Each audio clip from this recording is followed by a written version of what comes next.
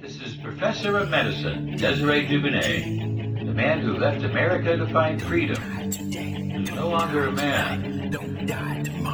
Today I'm going to be outlining something very, very powerful, the new form of medicine. Very, very exciting.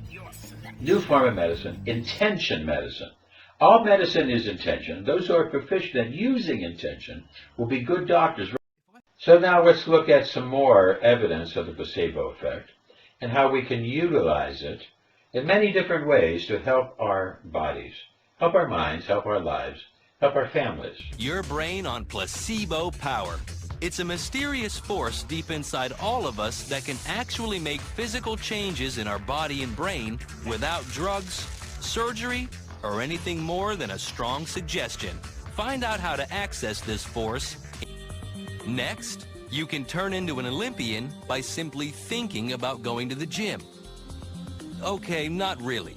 But your imagination can bring this closer than you'd ever imagine. So strong in the last two connections that it could make people drunk without liquor and lessen the pain of a hot plate on a volunteer's arm.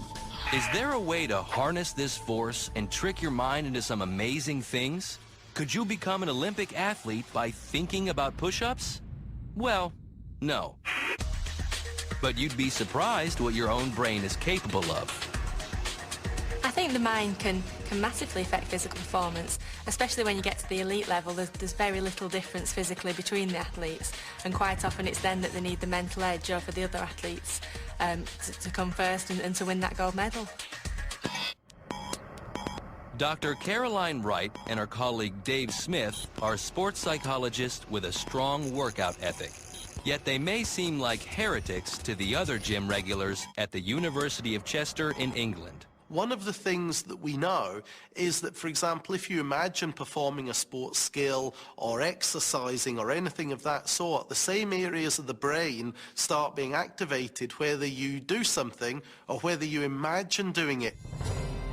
We can use imagery, we can use a person's imagination to give them a mental workout, if you will, and that results in a lot of the same physical changes as actual training would do. Imagery is not really your imagination.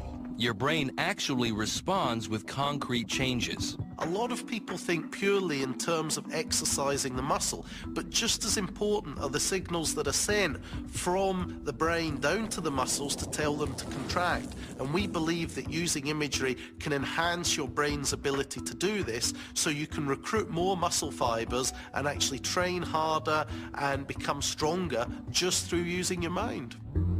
It comes down to the neurons regulating all brain movement. Think about lifting a particular weight, and the neurons will fire to some extent, even if you don't move at all.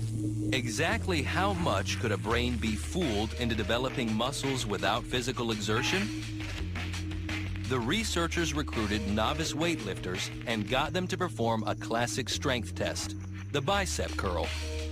The participants came into the study and they went on the bicep machine to see how strong that they were, and then one group sat at the machine and imaged completing a set of physical practice. Another group actually physically practiced the task. The workout for the control group was standard fare. Well, I'm right to the top. And you're doing really good. Keep going, keep going. A few more. But the imagery group had a gym experience like no other.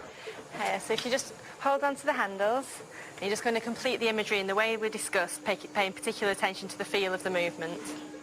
They sat at the machine watching a video of themselves completing the rep that was taken in the pre-test, and then they just tried to vividly image or imagine themselves completing the task.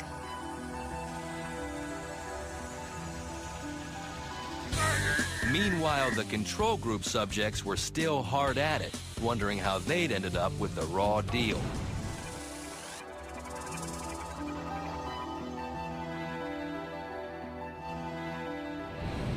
Six weeks later, everyone was asked to repeat the bicep curl strength test. Brilliant, nice and slow, 2 up, 2 down. The results? They simply flew in the face of common sense. Those in the group that lifted weights twice a week had increased their strength by 26%. But the athletes who spent half their time just thinking about exercise showed a 28% increase. incredible. Through mental exercise, these athletes had not only kept up with the control group, they had surpassed it. Well, my eureka moment was when I did my results section and I plotted it.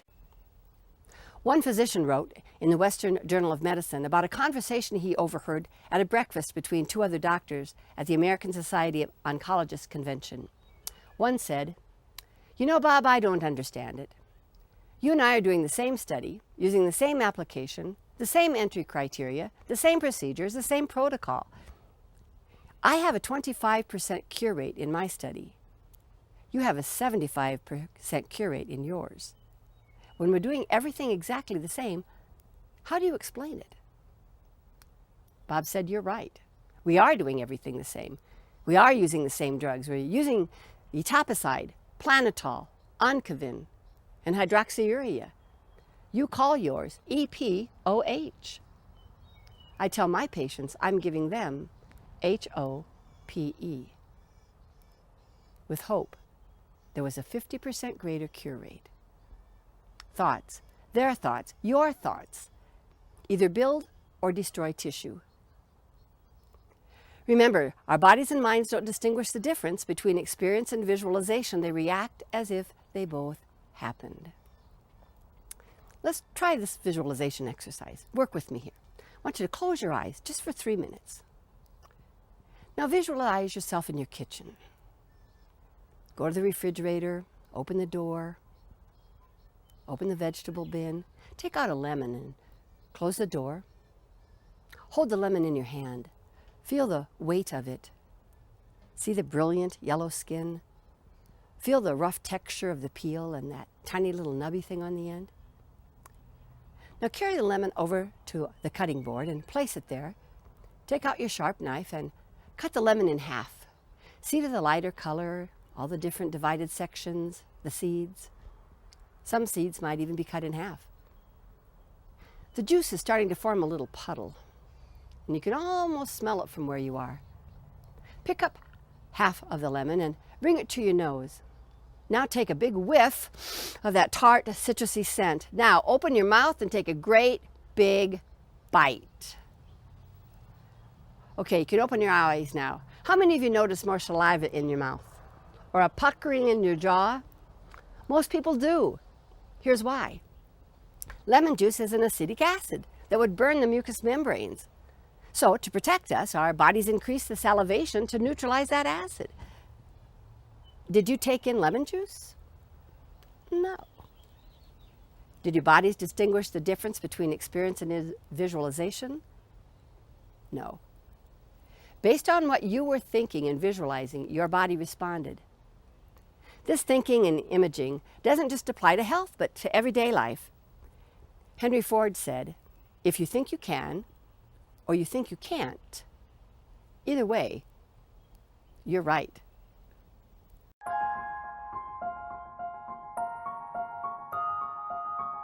All right, on today's Mindset Monday, we're talking about habits. And the easiest way to form a habit is to look at the habits that you've already formed in your life, right?